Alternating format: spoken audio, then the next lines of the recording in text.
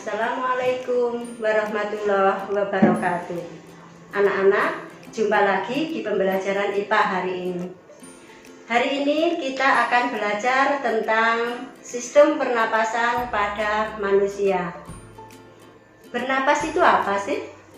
Bernapas adalah menghirup oksigen dan mengeluarkan karbon dioksida. Organ-organ pernapasan apa saja yang berperan? Yang pertama, hidung. Di dalam rongga hidung itu dilengkapi dengan rambut hidung yang berfungsi untuk menyaring udara sehingga kotoran yang masuk itu tidak ke paru-paru. Kemudian selain rambut, hidung juga ada kelenjar lendir yang berfungsi untuk mengatur kelembapan udara. Oleh sebab itu, sebaiknya kita bernapas melalui hidung, tidak melalui mulut. Dan hidung sebaiknya selalu bersih dan rambut hidung tidak dipotong. Kemudian yang kedua ada saluran pernapasan. Saluran pernapasan meliputi trakea, bronkus, dan bronkiolus. Fungsinya untuk mengalirkan udara pernapasan dari hidung ke paru-paru. Di ujung frontal trakea itu terdapat tekak yang berfungsi membuka dan menutupnya saluran pernapasan. Kemudian di laring itu terdapat pita suara sehingga kita bisa bersuara. Kemudian saluran pernapasan itu tersusun dari cincin-cincin tulang rawan sehingga saluran pernapasan itu akan selalu terbuka. Dan di dalam saluran itu juga ada silia yang peka terhadap benda asing yang masuk ke dalam. Biasanya kita akan batuk atau tersedak dan bersin jika ada benda asing yang memasuki saluran pernapasan. Berikutnya yang ketiga yaitu paru-paru. Paru-paru terbagi menjadi dua bagian, yaitu bagian yang terdiri atas 3 lobus, yaitu bagian kanan, dan bagian kiri terdiri atas 2 lobus. Paru-paru dilindungi oleh selaput pembungkus yang disebut dengan pleura. Kemudian paru-paru memiliki gelembung-gelembung kecil yang seperti bola yang disebut dengan alveolus. Alveolus merupakan tempat pertukaran oksigen dan karbon dioksida. Paru-paru mengeluarkan karbon dioksida agar tidak meracuni sel-sel tubuh. Setiap menit paru-paru akan menyerap sekitar 250 ml oksigen dan mengeluarkan sebanyak 200 ml karbon dioksida. Berikutnya, mekanisme pernapasan. Secara normal, pernapasan itu merupakan kerjasama antara tulang dada dan otot dada dan diafragma dengan otot perut. Bernapas itu ada 2 fase, yaitu fase inspirasi dan fase ekspirasi. Inspirasi yaitu proses masuknya udara ke paru-paru, dan ekspirasi itu proses keluarnya udara dari paru-paru. Kemudian mekanisme pernapasan itu ada 2 macam, yaitu pernapasan dada dan pernapasan perut. Pernapasan dada itu membesar dan mengecilnya dada pada saat bernapas, dan pernapasan perut itu membesar dan mengecilnya perut saat bernapas. Sekarang mekanisme pertukaran oksigen dan karbon dioksida. Bahwa oksigen berdifusi dari alveolus ke dalam darah, yaitu hemoglobin atau Hb sel darah merah mengikat oksigen membentuk oksihemoglobin. Kemudian oksigen diedarkan oleh darah ke seluruh jaringan dan sel tubuh. Di dalam sel tubuh, darah melepaskan oksigen sehingga oksihemoglobin kembali menjadi hemoglobin. Oksigen dilepas pada sel tubuh untuk respirasi sel atau proses oksidasi biologis. Respirasi itu sendiri adalah reaksi antara zat makanan dengan oksigen untuk menghasilkan energi, karbon dioksida, dan uap air.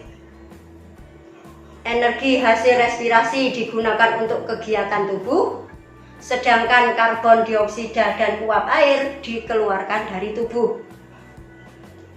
Karbon dioksida berfungsi dari jaringan ke dalam darah, yaitu Hb tadi, hemoglobin, mengikat karbon dioksida membentuk karbaminohemoglobin. Karbon dioksida dibawa ke paru-paru, kemudian di paru-paru karbon dioksida tadi berdifusi masuk ke alveolus. Karbon dioksida dikeluarkan melalui saluran pernapasan dan air dikeluarkan dalam bentuk uap air. Nah, proses ini seperti yang sudah dijelaskan tadi. Nah, sekarang frekuensi pernapasan. Orang normal bernapas itu sebanyak 12-15 kali per menit. Frekuensi bernapas dipengaruhi oleh jenis kelamin, aktivitas, dan usia.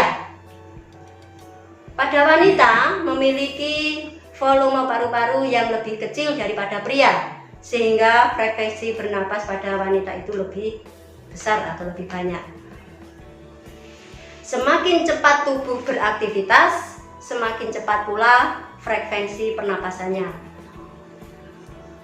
Saat menahan nafas, beberapa saat kita akan terengah-engah, sehingga frekuensi pernapasan akan meningkat. Berada di ruang sempit dan kekurangan oksigen juga dapat menyebabkan frekuensi pernapasan bertambah cepat, karena untuk memperoleh energi, untuk memperoleh oksigen itu lebih banyak. Kemudian bayi dan balita itu juga memiliki frekuensi bernapas lebih banyak dibanding orang dewasa, karena volume yang relatif lebih kecil pada sel-sel bayi itu sedang berkembang, sehingga butuh pasokan oksigen lebih banyak. Berikutnya, volume udara pernapasan. Volume udara pernapasan paru-paru pada manusia dalam keadaan normal itu sebesar 0,5 liter atau 500 cc. Kemudian inspirasi maksimum itu sebesar 4,8 liter. Ekspirasi maksimum itu sebesar 4,8 liter juga. Berarti inspirasi sama dengan ekspirasi sebesar 4,8 liter. Kemudian udara residu di paru-paru itu sebesar 1,2 liter. Jadi kapasitas vital paru-paru pada manusia itu sebesar 4,8 liter. Berikutnya, penyakit dan kelainan pada sistem pernapasan. Yang pertama, TBC atau tuberkulosis yang disebabkan oleh bakteri Bacillus tuberculosis. Selain menyebabkan radang paru-paru, penyakit ini menyebabkan alveolus mengandung banyak cairan sehingga mengganggu proses difusi oksigen dan karbon dioksida. Yang kedua, pneumonia yang disebabkan oleh infeksi bakteri, virus, dan jamur. Infeksi tersebut menyebabkan peradangan pada paru-paru sehingga mengakibatkan cairan tertimbun di alveolus. Dan yang ketiga, bronkitis itu menyebabkan peradangan pada dinding bronkus yang disebabkan oleh virus. Penyakit ini menyebabkan batuk berdahak. Yang keempat ada asma. Asma ini menyebabkan penyempitan saluran pernapasan. Dan asma ini dapat disebabkan oleh karena adanya alergi pada tubuh seseorang. Sekarang yang kelima, emfisema, yaitu menyebabkan alveolus penuh dengan cairan sehingga menghambat proses difusi oksigen dan karbon dioksida. Yang keenam, kanker paru-paru.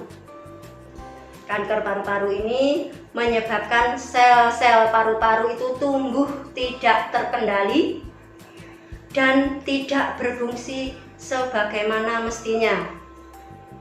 Kemudian jaringan kanker itu akan mendesak alveolus sehingga tidak berfungsi. Alveolus itu tidak berfungsi lagi.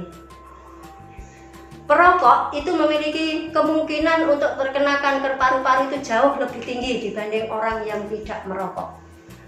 Nah, sekarang pernapasan buatan. Pernapasan buatan ini sangat penting untuk menolong orang yang berhenti bernapas akibat kecelakaan, misalnya tenggelam atau pingsan. Langkah-langkah melakukan pernapasan buatan ini adalah sebagai berikut. Ya, pastikan korban dalam keadaan telentang. Kemudian letakkan satu telapak tangan di atas dada bagian tengahnya. Kemudian letakkan telapak tangan kedua di atas tangan pertama tadi. Yang posisi sikut harus lurus dan bahu berada tepat di atas lengan. Kemudian tekan dada sedalam 5 cm sebanyak 30 kali dengan kecepatan 1-2 tekanan per sekon. Saat menekan, gunakan tubuh bagian atas kalian, tidak hanya kekuatan lengan. Kemudian periksa apakah sudah terlihat tanda-tanda korban bernapas atau belum. Jika belum, lanjutkan proses ini hingga tenaga medis datang dengan kecepatan 100 tekanan per menit. Kalian bisa dapat memeriksa apakah dia dapat bernapas dengan normal atau belum dengan cara melihat gerakan dadanya serta mendekatkan telinga kita mendekatkan dada, dekatkan telinga dan pipi ke hidung dan mulutnya. Jika belum bernapas dengan normal, lakukan pernapasan buatan dengan metode mulut ke mulut. Demikian anak-anak materi pernapasan kali ini, semoga bermanfaat. Sampai jumpa di materi berikutnya. Assalamualaikum warahmatullahi wabarakatuh.